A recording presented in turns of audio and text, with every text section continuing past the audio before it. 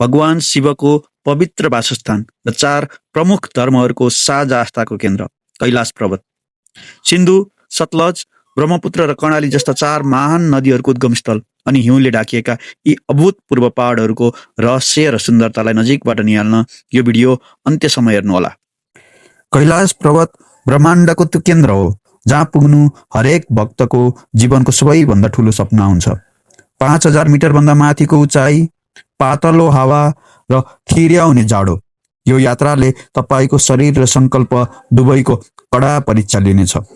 भौगोलिक कठिनाइहरूले पाइला पाइलामा चुनौती देलान्, तर जब तपाईँ त्यो दिव्य शिखरको सामुन्ने पुग्नुहुन्छ, सारा संसार बिर्सिएर मनमा एउटै धुन गुन्जन्छ, ओम नमः शिवाय।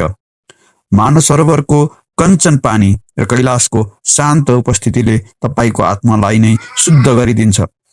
के तपाईँ यो जीवनको सबैभन्दा साहसिक र आध्यात्मिक यात्राको लागि तयार हुनुहुन्छ?